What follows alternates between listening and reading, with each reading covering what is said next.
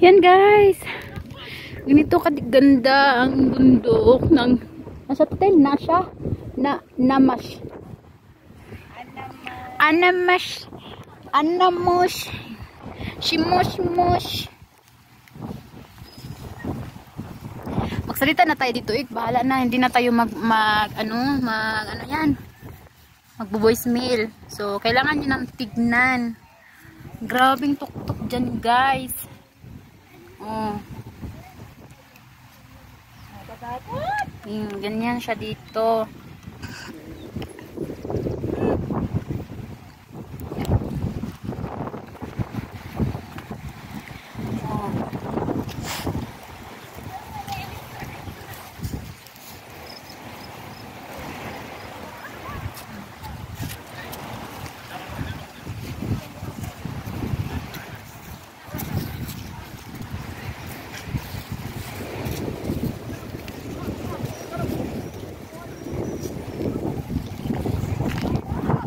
Lakas ng hangin. Hindi naman siya nakakatakot. Normal lang naman siya dito, guys. So,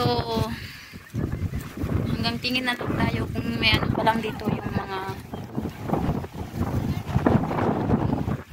yung pag kasi yan, guys. Sobrang dito malamig. At nag-vlog na din si ate.